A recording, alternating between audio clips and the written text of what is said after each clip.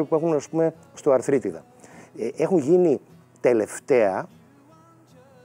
τα τελευταία, να σου πω κάτι, ένα νούμερο καταπληκτικό. Το 2017, όταν είχαμε πρωτομιλήσει για την κουρκουμίνη σε τζέλ, 2017, υπήρχαν περίπου 800 κλινικές μελέτες. Κλινικές μελέτες τι είναι? Αυτά που κάνουν τα νοσοκομεία, τα πανεπιστημιακά νοσοκομεία βασικά, και εξετάζουν τις δράσεις ενός προϊόντος σε σχέση με μια πάθηση. Λοιπόν, υπήρχαν 750-800 κάτι τέτοιο το 2017. Σήμερα, το 2024, 7 χρόνια μετά, είναι πάνω από 4.500.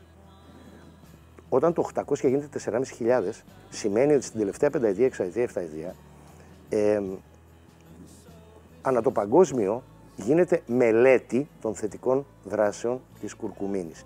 Και αυτό που έχει πετύχει το συγκεκριμένο σκεύασμα είναι να πάει και να κάτσει στην πρώτη τριάδα. Δηλαδή υπάρχουν σήμερα 3 κουρκουμίνες ανά το παγκόσμιο